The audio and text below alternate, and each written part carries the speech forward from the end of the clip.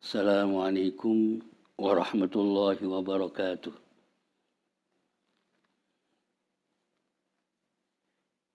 Alhamdulillah wa syukrulillah wassalatu wassalamu ala rasulillah wa ala alihi wa sahbihi wa mawalah. Amma ba'du. Musyahidin al-kiram, pemirsa yang berbahagia.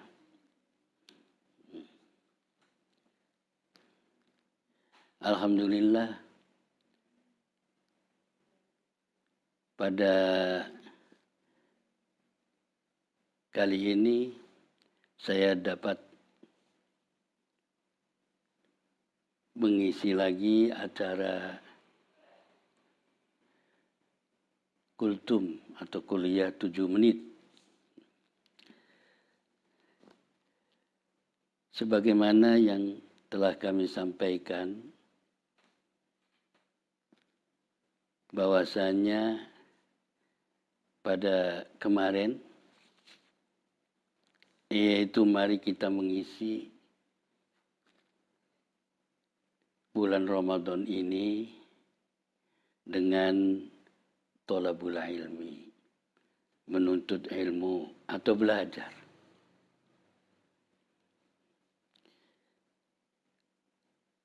Karena thalabul ilmi adalah merupakan perjuangan di dalam Islam ini, adalah perjuangan yang paling utama, yang tidak ada duanya. Sehingga Rasulullah sallallahu alaihi wasallam pernah bersabda, "Thalabul ilmi fariidatun ala kulli muslimin wa muslimatin." Menuntut ilmu adalah fardu. Fardu dan fardu bagi setiap muslim dan muslimah. Karena kalau menurut ahli nahwu dan menurut ilmu balaghah, bahwasanya thalabul ilmi faridatun itu adalah susunan kata mubtada dan khobar. Apabila mubtada dan khobarnya itu kalimat isim pula, maka berarti menunjukkan balaghah atau baligh. Menuntut ilmu adalah fardu. Kemudian kata faridah di situ, tak marbutohnya adalah menunjukkan sangat, menunjukkan baligh. Jadi sangat. Jadi thalabul ilmi faridatun artinya bisa diartikan menuntut ilmu itu fardu, fardu, fardu 3 kali. Kalau yang lainnya seperti sholat, fardu 1 kali. Tetapi untuk menuntut ilmu adalah 3 kali. Fardu, fardu, fardu. Thalabul ilmi faridatun ala kulli muslimin wa muslimatin. Menuntut ilmu adalah fardu, fardu, fardu bagi setiap muslim dan muslimah.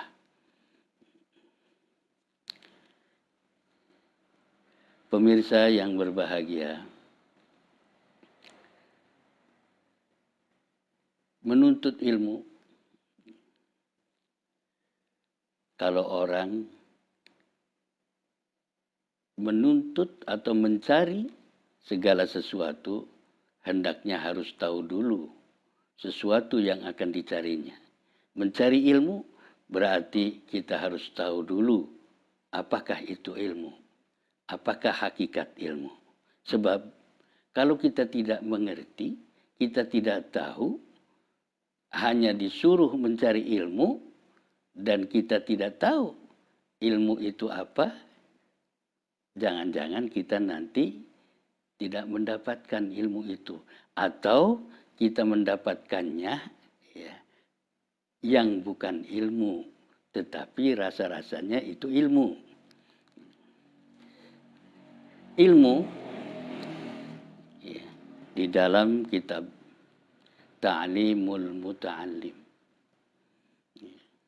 Di dalam kitab Ta'limul Muta'allim di sana disebutkan ya, hakikat ilmu. Hakikat ilmu. Apakah itu hakikat ilmu? Itu fasal yang pertama. Jadi orang yang akan mencari ilmu hendaknya tahu dulu ya, ilmu itu apa.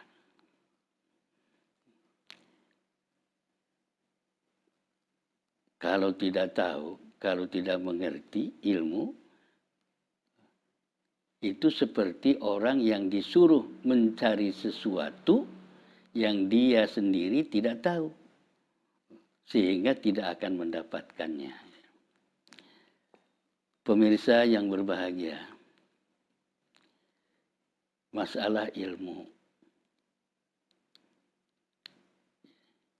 Ilmu ini hanya bisa ditangkap oleh manusia.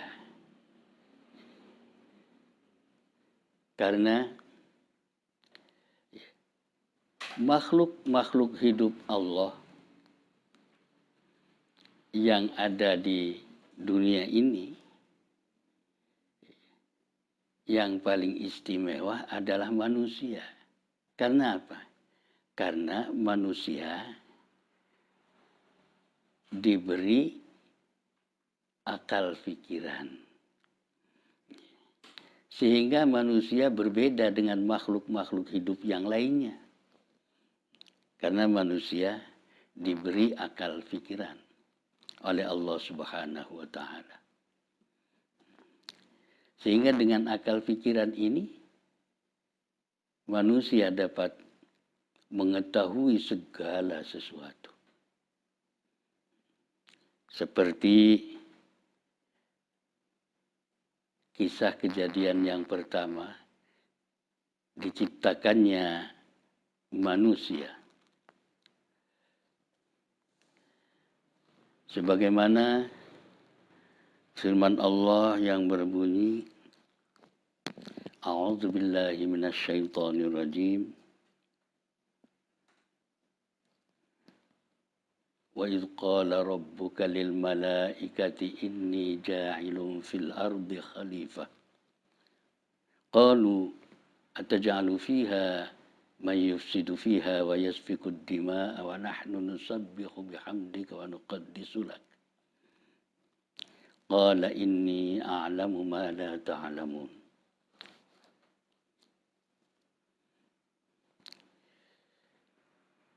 Tatkala Tuhanmu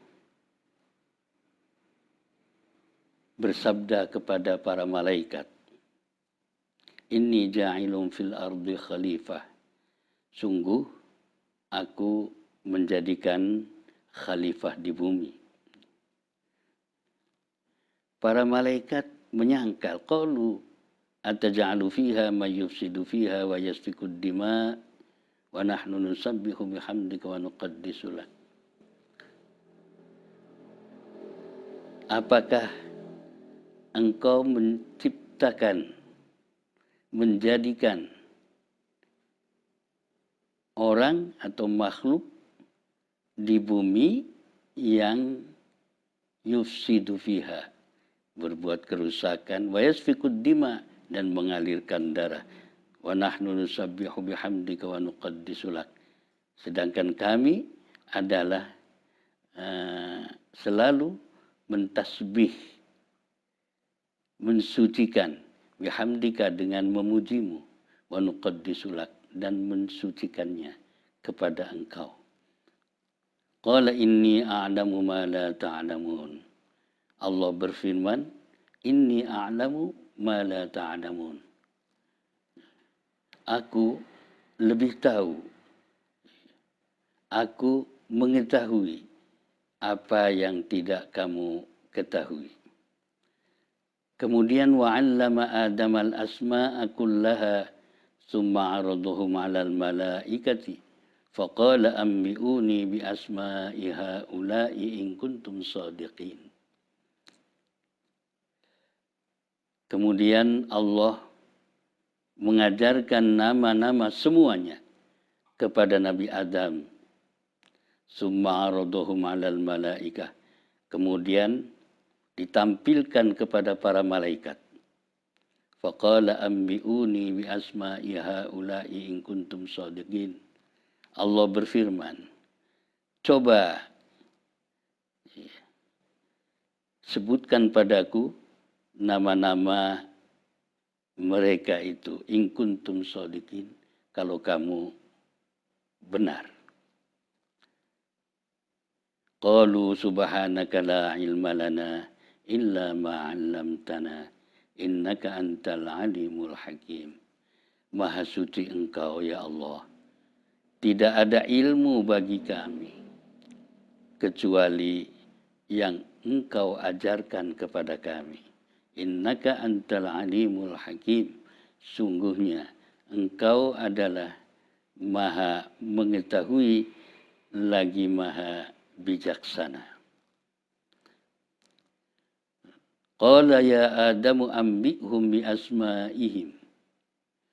Falamma amba'ahum bi asma'ihim qala alam aqul lakum inni a'lamu ghaibas samawati wal ard wa a'lamu ma tubduna wa ma kuntum taktumun.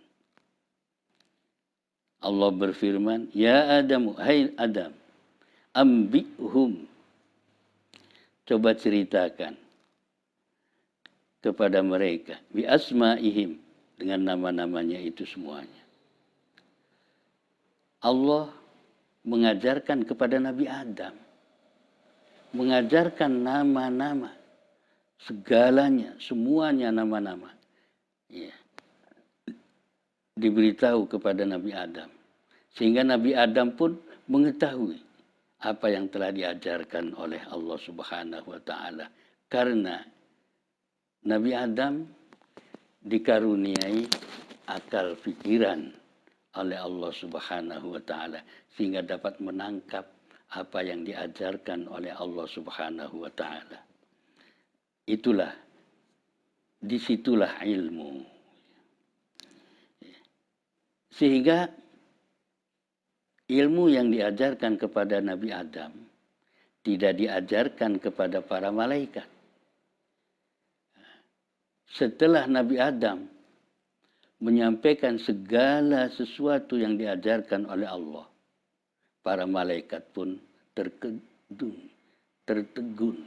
diam 1000 bahasa dan hanya mengatakan bahwa subhanaka la ilma lana illa ma 'allamtana. Maha suci Engkau, la ilma lana illa ma 'allamtana. Tidak ada ilmu bagi kami kecuali yang telah Engkau ajarkan kepada kami. Disinilah ilmu.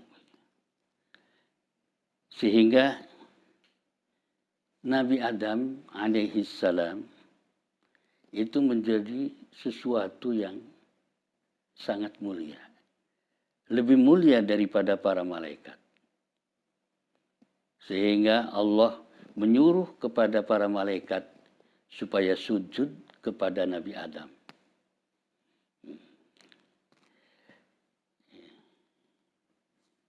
Wa idh qulna lil malaikati isjudu li adama fasajadu illa iblis aba wastakbar wa kana minal kafirin. Jadi jelas bahwasanya agama hanya bisa diterima oleh akal. Dan sehingga seluruhnya soal-soal agama itu hanya bisa diterima oleh orang-orang yang punya akal. Akal punya peranan penting di dalam menerima ilmu.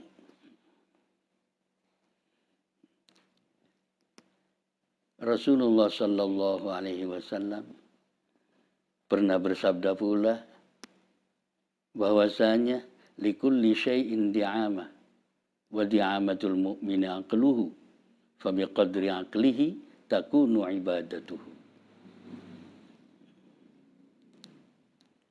Likulli syai'in di'amah, segala sesuatu bisa kelihatan kokoh bangunan itu karena ada tihang yang menopangnya. Wa di'amatul mu'mini aqluhu, sedangkan di'amah atau tihangnya orang mukmin adalah akal fikirannya, aqluhu, akalnya. Fa biqadri aqlihi takunu ibadatuhu, dan fa biqadri aqlihi, menurut ukuran kekuatan pikirannya, akal pikirannya, takunu ibadatuhu, sampai disitulah kekuatan atau batas-batas ibadahnya. Takunu ibadatuhu. Jadi seolah-olah orang mukmin itu kokoh atau tidaknya tergantung dari kekuatan atau kemampuan akal pikirannya. Di sana dijelaskan oleh ulama bahwasanya digambarkan seperti orang sholat. Orang yang sholat itu adalah tergantung akal pikirannya. Bahkan Nabi sendiri pernah menggambarkan sholat, bahwasanya orang yang sholat itu ada kalanya 1/10-nya, ada kalanya ya ukurannya masing-masing, tingkatannya itu berbeda-beda. Tergantung akal pikirannya itu, tergantung pemikirannya ingat kepada Allah. Jadi orang yang sholat kalau memenuhi syarat rukunnya jadi sholatnya. Tetapi ya, untuk pahalanya itu tergantung daripada ingatnya orang yang sedang sholat itu terhadap Allah Subhanahu wa Ta'ala. Apabila dia ingat kepada Allah, maka dicatatlah pahalanya. Dan apabila tidak ingat kepada Allah, tidak dicatat pahalanya. Ingat lagi, dicatat lagi pahalanya kepada Allah. Jadi tergantung akal pikirannya. Orang yang beramal bi ghairi ilmin ya'malu. Orang yang beramal ya, bi ghairi ilmin, tanpa ilmu, a'maluhu mardudatun la tuqbalu.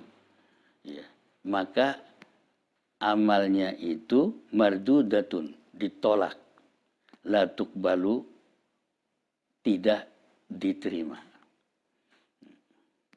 Itulah ilmu.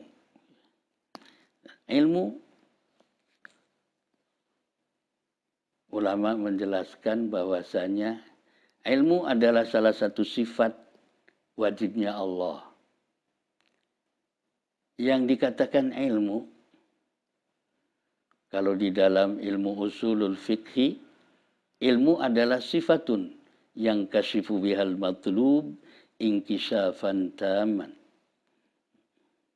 Ilmu adalah yang dapat menyingkap segala sesuatu yang dicari.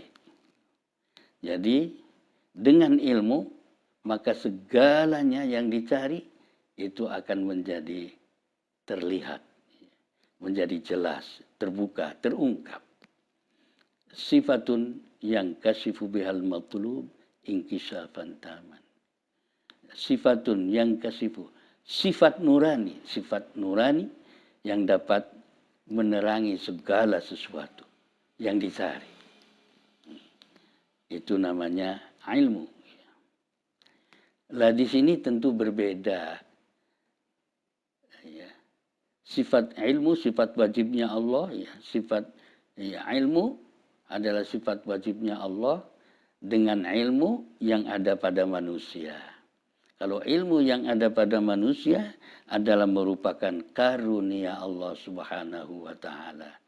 Jadi di sini saya bisa mengartikan bahwasanya hakikat ilmu yang ada pada manusia adalah sifat nurani yang dapat menerangi penglihatan mata hati. Kalau ilmu yang mutlak, yang umum adalah sifat wajibnya Allah. Sehingga dengan sifat ilmu itu Allah mengetahui segala sesuatu. Mengetahui segala sesuatu. Segalanya yang diciptakan semuanya itu adalah Allah Maha mengetahui karena adanya sifat ilmu, sifat wajibnya Allah itu, sifat ilmu. Nah, sekarang yang dikatakan ilmu, ya hakikat ilmu yang ada pada manusia menurut saya, tetapi ini menurut saya adalah sifat nurani yang dapat menerangi penglihatan mata hati. Kalau kita ini manusia mempunyai mata dua macam. Satu mata kepala seperti yang ada ini, ya, seperti yang kelihatan ini, dan yang kedua adalah mata hati. Mata kepala sehat kayak apapun, bagus kayak apapun, tidak akan dapat melihat sesuatu tanpa adanya cahaya, tanpa adanya sinar. Kita tidak mungkin dapat melihat. Mata kepala kita tidak mungkin dapat melihat. Itulah ilmu. Jadi menurut saya, kalau ada yang lain, boleh-boleh saja. Yang mempunyai pengertian lain tentang ilmu, boleh-boleh saja. Silakan saja. Jadi menurut saya, ilmu yang ada pada manusia adalah merupakan karunia Allah yang bisa diartikan adalah sebagai sifat nurani yang dapat menerangi penglihatan mata hati. Ya. Jadi mata hati ini sebetulnya lebih tajam daripada mata kepala. Mata kepala hanya bisa melihat dalam batasan-batasan tertentu. Kalau sesuatu ada di balik dinding, itu tidak terlihat oleh mata kepala. Tetapi mata hati masih bisa melihatnya. Dan biasanya perbuatan hati itu lebih cepat daripada perbuatan jasmani. Dan perbuatan hati, maknanya hati itu adalah rohani, roh. Jadi roh itu lebih cepat, mata hati lebih cepat dalam penglihatannya, lebih tajam daripada mata kepala. Sehingga dengan ilmu orang dapat mengetahui. Seperti Allah mengajarkan kepada Nabi Adam, nama-nama semuanya diajarkan kepada Nabi Adam. Sehingga Nabi Adam mengetahui. Dan malaikat tidak diajarkan oleh Allah. Malaikat tidak tahu. Disitulah kelebihan kita manusia dibandingkan makhluk yang lain. Malaikat sekalipun. Kita manusia akan lebih utama ya, daripada para malaikat. Agama.